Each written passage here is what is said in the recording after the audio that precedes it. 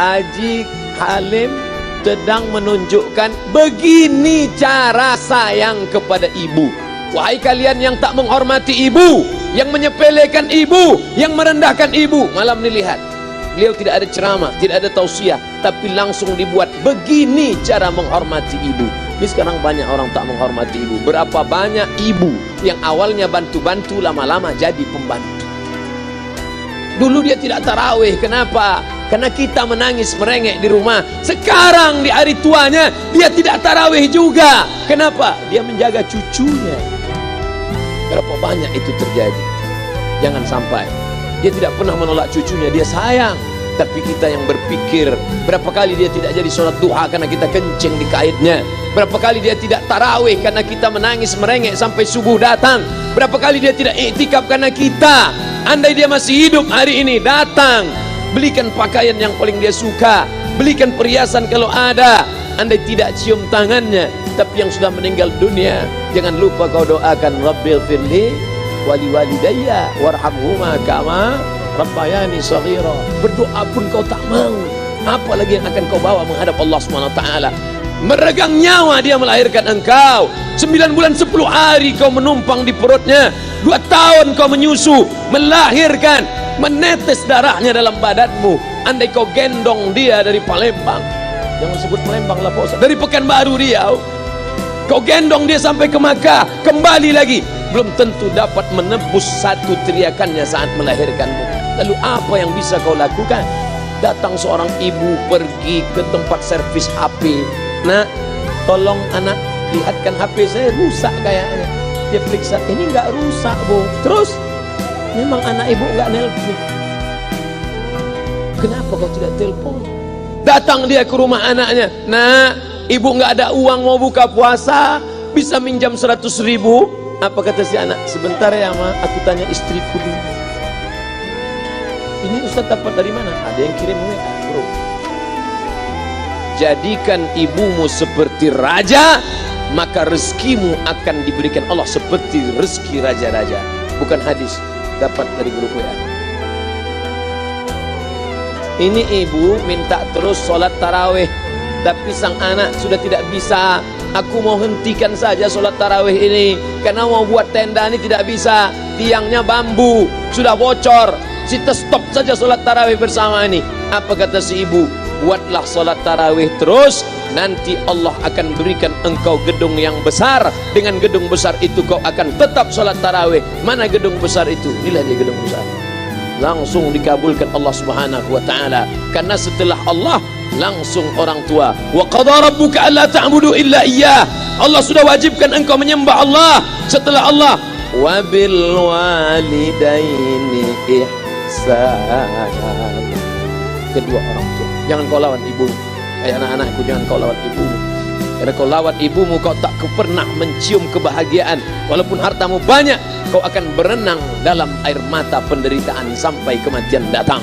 Ada pezina hidup di dunia senang, ada pecandu narkoba hidup di dunia senang, tapi orang yang durhaka tetap dapat dosanya dibalas Allah di akhirat.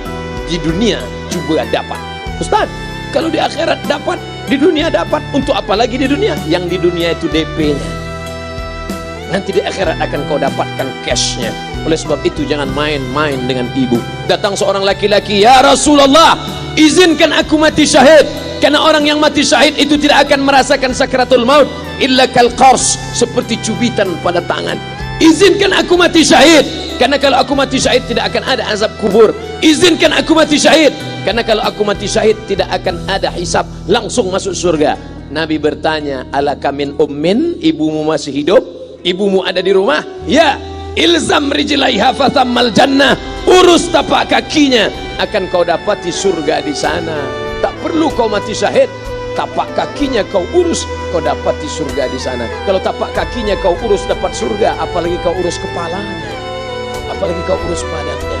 Pulang dari sini, urus ibumu, mandikan dia, belikan pakaian yang baik, cari makanan kesukaannya. Kalau dia sudah meninggal, maka kau datang ke sana, langsung dapat tisu. Bapak Ibu yang dimuliakan Allah Subhanahu wa ta'ala, ini Ustadz suaranya menggelegar, ini marah apa? Enggak, saya tak marah. Terus dikasih Haji Alim buka nasi kuning tadi, makanya suara menggelegar. masukkan Pak Kapolda daging sama ayam juga. Masya Allah, ini kari Palembang nih Pak Ustaz. Mantap, menggelegar suara kita juga. Bapak Ibu yang dimuliakan Allah Subhanahu wa taala, datang seorang laki-laki, kata Nabi sallallahu alaihi wasallam, nanti akan ada laki-laki yang datang kemari minta doanya, doanya kabul. Sahabat heran, kami yang hidup sama Nabi, kami yang perang sama Nabi, kami yang jihad sama Nabi, kenapa mesti minta doa dia? Dia tidak pernah ketemu Nabi. Pokoknya nanti kalau dia datang, minta doa sama dia. Setelah Nabi SAW meninggal, barulah dia datang. Orang itu bernama Uwais Al-Qarni. Kenapa doanya makbul? Dia merawat ibunya. Kalau ibumu kau rawat, doamu dikabulkan Allah Subhanahu wa taala. Apa yang kita lihat malam ini adalah buah bakti kepada seorang ibu. Ya Rasulullah, man ahaqqun nas bi husni sahabati? Siapa yang paling layak mendapatkan baktiku? Ummuka. Siapa lagi? Ummuka. Siapa lagi? Ummuka. Ibumu, ibumu, ibumu. Summa man? Siapa lagi? Abuka. Kami, Ustadz Jenderal Bintang 5, alim ulama, kami hanya dapat 1, sedangkan kalian ibu dapat 3. Ibumu, ibumu, ibumu. Kenapa ibu dapat 3? Karena ibu bisa melakukan 3. Ibu mengandung, ibu melahirkan, ibu menyusukan. Kalau bapak mau dapat 3, coba yang 3 ini. Pulang dari sini, pergi ke tempat jual kelapa muda, beli 1. Jangan dibelah, ikat di perut 9 bulan 10 hari. Kalau mau merasakan melahirkan, pulang dari sini, pergi ke tempat jual mangga, telan bulat-bulat, keluarkan bulat-bulat. Emang enak jadi perempuan. Mereka luar biasa. Tanya ibumu, berapa kali dia meninggalkan puasa Ramadan? Saat mengandung engkau, 30 hari dia tak puasa. Saat menyusukan tahun pertama, 30 hari dia tak puasa. Saat menyusukan tahun kedua, 30 hari dia tak puasa.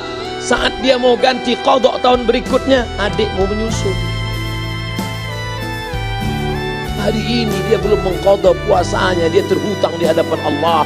Lalu apa yang bisa kau lakukan? Malam ini betul-betul disadarkan. Alhamdulillah, ibu saya masih hidup, umurnya 70 tahun.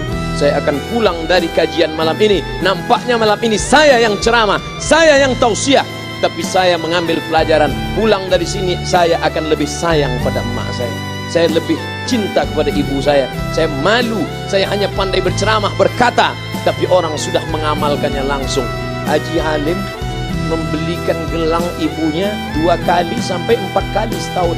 Gelang cincin sudah dibelikan 2 bulan, hilang. Kemana? Ada orang susah tadi itu kasih. Ternyata itu yang membuat rezeki melimpah ruah.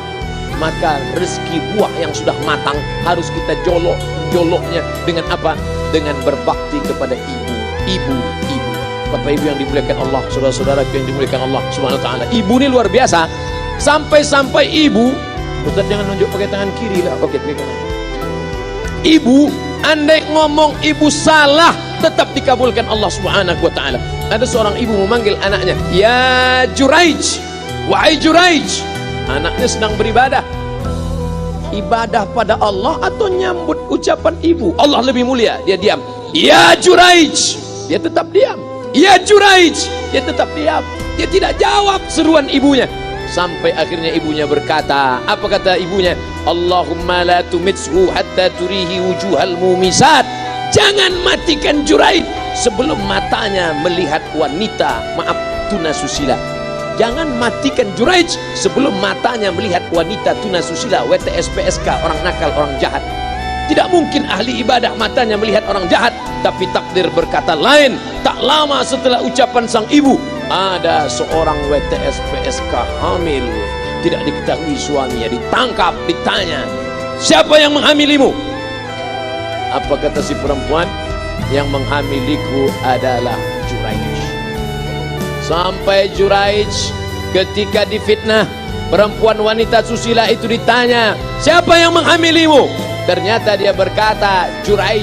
Akhirnya mereka menangkap Juraij. "Juraij, ternyata engkau selama ini pura-pura saja menjadi pelaku ibadah. Engkau ternyata sudah menghamili perempuan ini." Mereka menghancurkan tempat ibadah Juraij. Tapi kemudian Juraij sabar. Dia katakan, "Nanti tunggu anak itu lahir, kalian baru tahu." Setelah tak lama anak itu pun lahir, dan mereka bertanya, Mereka bertanya kepada anak kecil yang belum bisa bicara, "Ya gulam, wahai anak kecil, man abuka? Who is your father?" Siapa bapakmu? Hai anak kecil, siapa bapakmu? Juraij menusuk pusar anak itu dengan telunjuknya. Dia mau tunjukkan kepada orang ramai bahwa dia tidak salah, dia tidak pezina, dia tidak melakukan perbuatan dosa. Ya gulam, hai anak kecil, man abuka? Siapa bapakmu? Apa kata anak kecil itu? Ko boy, ko sapi, boy penjaga sapi, pengembala sapi. Bapakku pengembala sapi. Barulah orang Yahudi tahu ternyata ra'il ghanam yang menghamili PSK perempuan jahat tadi adalah penggembala sapi. Lalu kenapa fitnah itu terjadi? Allah mengabulkan doa si ibu sebelum Juraij mati. Matanya pernah melihat wanita tuna susila. Oleh sebab itu ibu jangan sampai kalau marah sama anak memanggil anak dengan kata-kata yang tak baik. Setan, hantu. Walaupun marah panggil dia, calon wali kota. Kalau marah betul, calon gubernur. Sini sebentar. Doa ibu dikabulkan Allah Subhanahu wa taala. Saya setahun setiap bulan Februari ceramah di Kuala Lumpur seminggu. Kuala Lumpur, Selangor, Sarawak, Kuching, kemudian Malaka, Ipoh, Negeri Sembilan.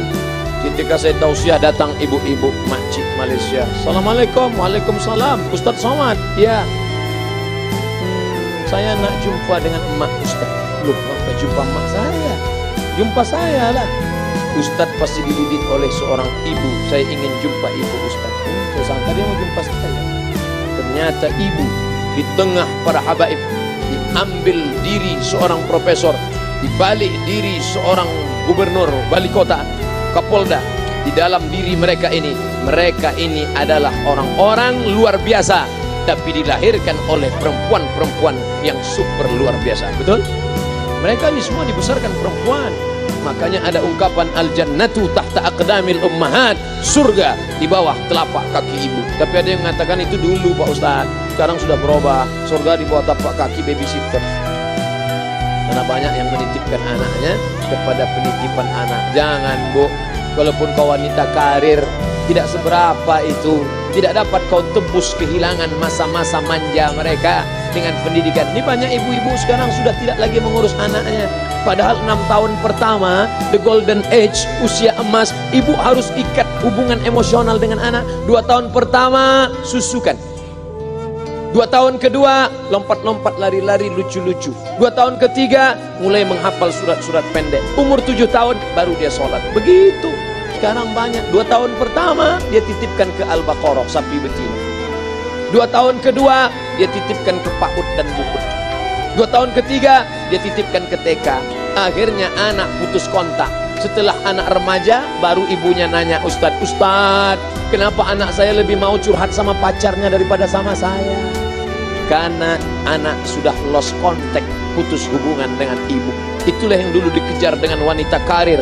Pergi pagi, pulang petang, peras keringat, banting tulang, tunggang langgang, lintang pukang. Tak dapat kau tebus dengan apapun.